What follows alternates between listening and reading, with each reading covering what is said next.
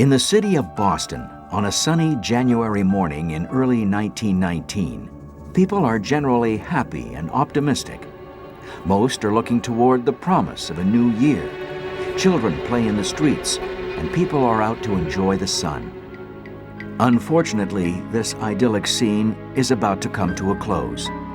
An event which could almost be comical were it not for the tragic resolution, is about to change and in some cases end their lives forever.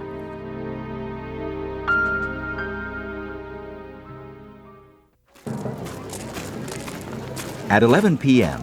on the 11th day of the 11th month, 1918, an armistice is signed between the Germans and the Allied forces, bringing the previous 4 years of conflict known as World War I to an end. With the Great War behind them, America looks to the future with a renewed sense of optimism. Nowhere more so than the city of Boston, Massachusetts, who already have a reason to celebrate. Boston 1919 was a city in jubilation, actually. The war was over, and the Red Sox had won the World Series in 1918. People were actually looking forward to the next coming baseball season. It was a time when the city was feeling pretty good about itself. In the city's working-class North End, people occupy themselves with the welcome task of retooling Boston's factories from wartime to peacetime efforts. Very close-knit kind of neighborhood.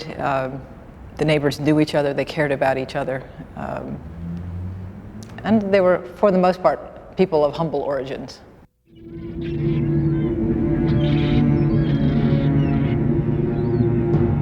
One of the factories in the neighborhood is the Purity Distilling Company, owners of a large holding tank that dominates the North Boston skyline. Now, the tank itself was a steel storage tank, approximately 50 feet high and approximately 90 feet in diameter.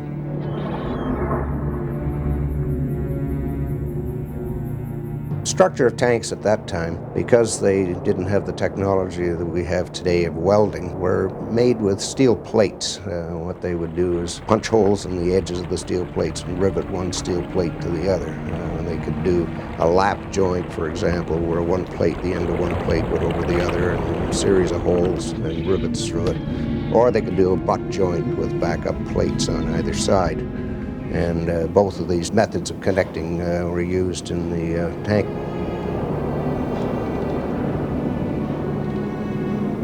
It was a tank that was constructed by the United States Industrial Alcohol Company.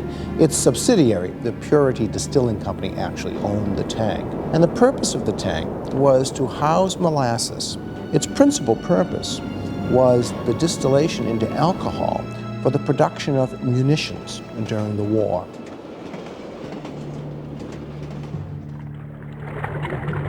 But with the war over, the sudden drop in demand for alcohol results in a surplus of molasses.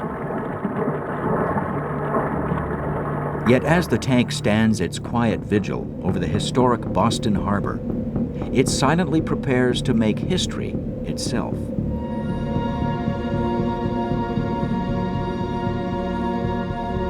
In early January of 1919, a small tanker vessel arrived from Matanzas, Cuba. Her name was the Miolaro, and the Miolaro offloaded molasses into the tank. 600,000 gallons are added to the tank, bringing the level of molasses to within inches of the tank's brim. It was built to hold 2.3 million gallons. And the last shipment came, which brought the total amount of molasses in the tank to 2,319,525. This particular January we had here in Boston something that we have often, a January thaw. And in mid-January, the temperature climbed up to about 45 degrees Fahrenheit. People go about their daily tasks, taking whatever opportunity they can to enjoy the unseasonably warm weather. Among them, Elizabeth O'Brien, who plants a row of geraniums on her windowsill. Likewise, Bridget Cloherty, a widow with 3 children, finds an opportunity to take her work outside. She was outside hanging up her laundry. Two of her kids, Teresa and Stephen, were downstairs. And her older son, Martin, who was a well-known middleweight boxer and referee in Boston, he was asleep on the third floor of the house.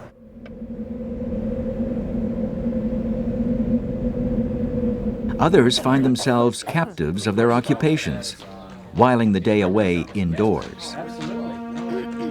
Engine House 31 was a fireboat, and it was right in back of the tank, and there were 4 firemen. There were Pete Driscoll, George Leahy, Nat Bowering, and William Connor, and they were all playing cards on the first floor.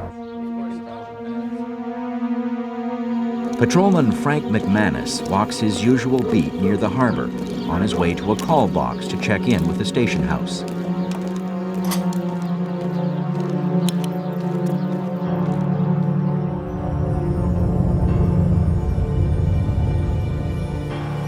By lunchtime, many file out into the warm air to enjoy the all-too-brief respite from winter and work.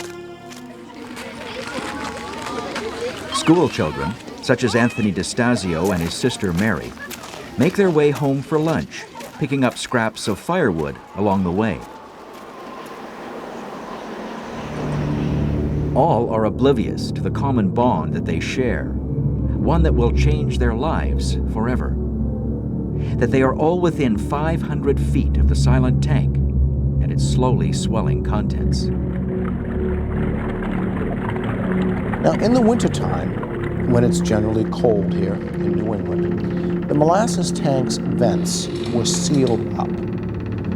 They were opened in the warm spring and summer, but in the wintertime they were sealed. The molasses in the tank actually expanded.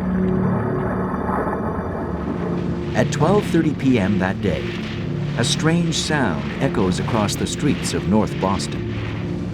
People heard the sound of what they thought was almost like a machine gun, a rapid series of small explosions. And the next thing they knew, that the tank that was there in Commercial Street seemed to explode.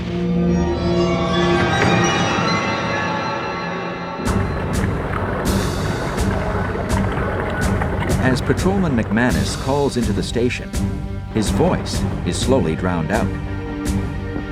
Police officer Frank McManus, he did his routine patrol around Commercial Street, and he had just passed the tank.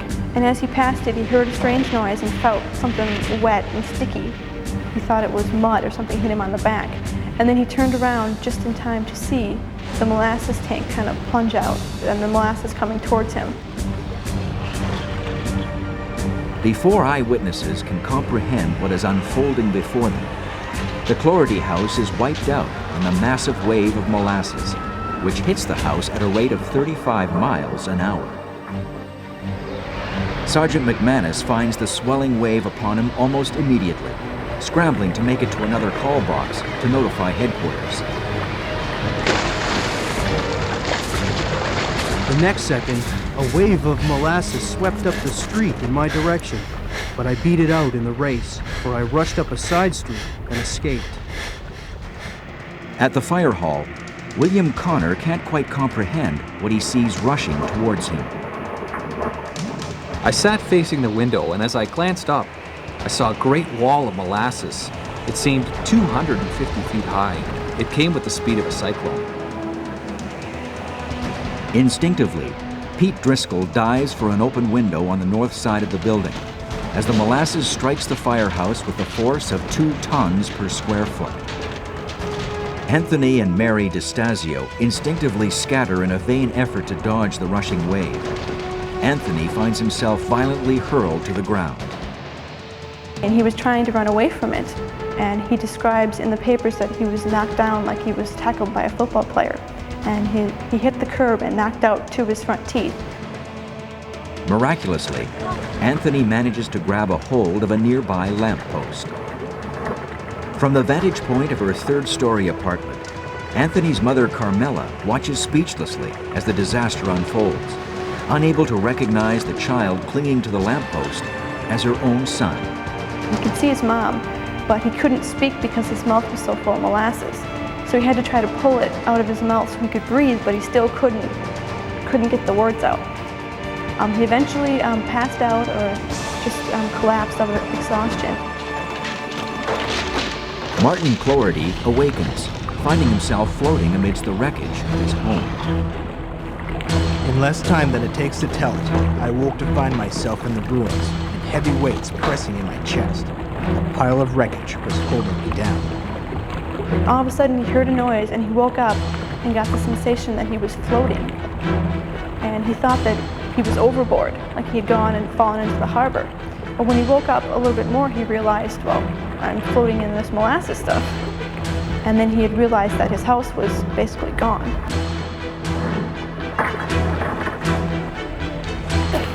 Martin immediately seeks out the rest of his family, managing to locate his stunned siblings and scoop them into a makeshift raft. Pete Driscoll escapes and is shielded from the torrent of molasses by the structure of the fire hall, despite the fact that it has been swept off its footings and pushed almost into the harbor. Inside, Connor, Bowering, and Leahy find themselves with mere inches of breathing room as the level of molasses continues to swell.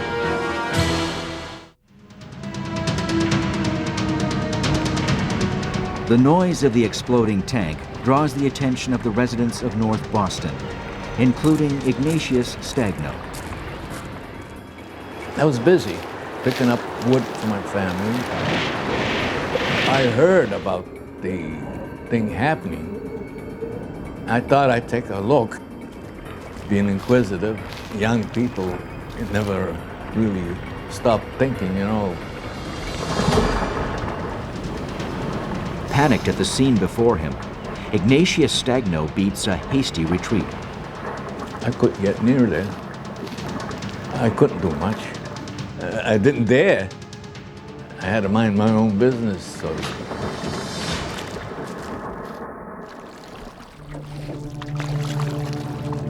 On the street below, the wave of molasses washes out to sea, allowing the rescue effort to begin.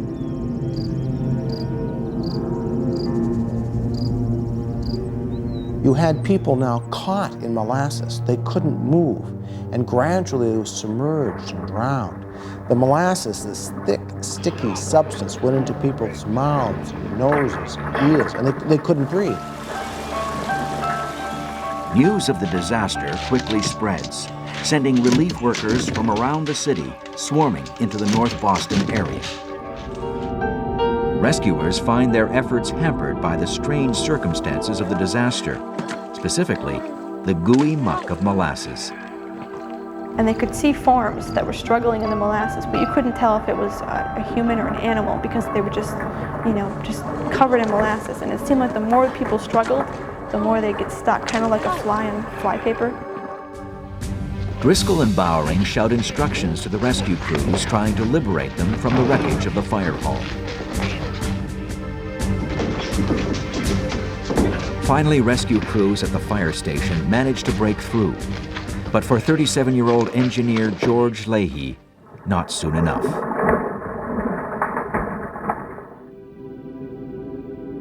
George Leahy, he was trapped under a pool table and he was really struggling to try to keep his head above the molasses.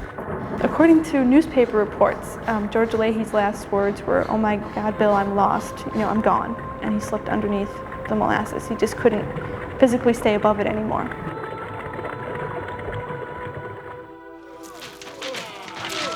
The adrenaline of the rescue teams numbs them to the horrors before them as they search for survivors. After an hour of frantic searching, Martin Cloherty finally finds his mother. And they found out a couple hours later that she didn't survive the initial wave and was crushed. What actually happened to the house is the wave hit the house, lifted up the house from its foundation, and crashed it against the elevated structure. So if you see pictures of the house before and after, the house is completely gone.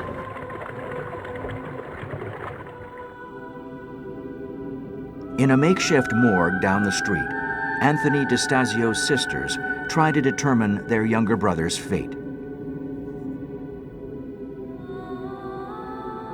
They knew that Tony and both Maria were missing.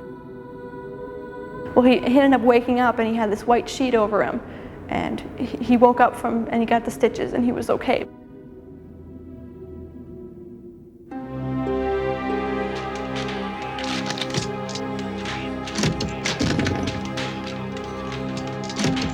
As the sun sets on January 15th, 21 are confirmed dead and over 100 more injured.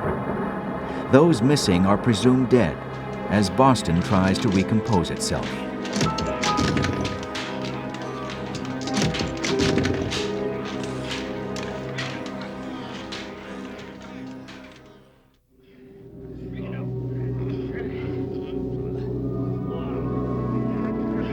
Residents of North Boston begin as best they can to return to their daily lives. Yet the evidence of January 15th is slow to be removed from the stricken area.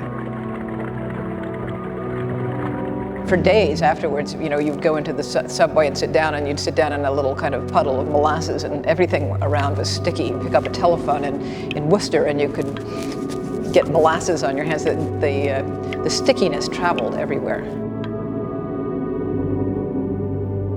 In the days that follow, the cleanup yields constant reminders of the horror of that fateful January day. Maria ended up being killed. She was flattened, crushed by a freight car. She was found a couple days later.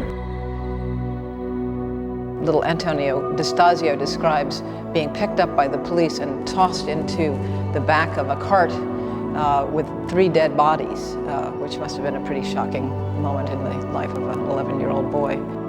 Then, of course, he had the added sadness that his sister, just the fact that if he would have ran with his sister, or if he would have got his sister to run with him, the outcome could have been a lot different. As the residents of North Boston begin to put their lives back together, people begin searching for answers as to the cause of the disaster. In the aftermath of the collapse of the tank, there was a lot of recrimination and a lot of finger-pointing. The Purity Distilling Company accused saboteurs, German saboteurs, an external explosion. And this was something that U.S. Industrial and Purity Distilling really tried to push. Their attorney, Henry Dolan, thought that if you could say it was an outside explosion, it wouldn't be their fault, therefore they wouldn't be liable. But the real explanation, while less conspiratorial, proves to be equally reckless. The city person that approved the building of this thing looked at the drawings, didn't do any analysis on the thing, that the thing had been carefully designed. The engineer that brought it in worked for the Purity Distilling Company and was only concerned with the concrete foundation on which it was sitting. He'd done nothing in terms of checking out whether the design of the tank itself was okay. The official report, filed by engineer Harry M. Stewart of the Boston Elevated Company, concludes that the half-inch tank plates in the lower and second courses were too weak to contain the volume of molasses it was holding. In terms of the hoop stress, or the stress around the tank due to the pressure inside, it was, by modern day standards, way below standards, and even by the standards at the day, or of that day, it was considered to be very low. The release of Stewart's report paves the way for civil court actions to be brought against the U.S. Industrial Alcohol Company. There were 119 lawsuits filed against Purity Distilling and U.S. Industrial, which was its parent company. U.S. Industrial was eventually found at fault, and they had to pay out over $1 million in damages. And the average was $6,000 per family for people who were killed. As a result of Stewart's findings, more stringent guidelines are put into effect for the building and inspection of holding tanks. One of the fundamental changes that happened is that the loopholes that had existed before that allowed a structure called a receptacle to have less inspection than might otherwise be necessary, those loopholes were closed. And henceforward, and to this very day, of course, receptacles for gasoline, for petroleum products, for natural gas, for any large organic raw material like that those receptacles are carefully scrutinized, carefully monitored. It definitely changed the city of Boston's guidelines in terms of how they were going to accept things. The story probably went all over North America at the time, and every city across the country probably started to look at the drawings that came into them more carefully, make sure that they had in fact been carefully analyzed. All that stands as a reminder of the molasses flood of 1919 is a small plaque near the harbor front and the ghost of memories that live on today. I think it was a tremendous tragedy at the time, and with distance, people are almost incredulous that it ever happened. It seems such a remarkably bizarre event. In events and tragedies in history, it's not conspiracy that caused it. It's stupidity and callousness. And this is a classic example of that. It was the stupidity and the callousness of the city inspectors, of the people who filled that tank, of the distilling company that did not monitor the tank.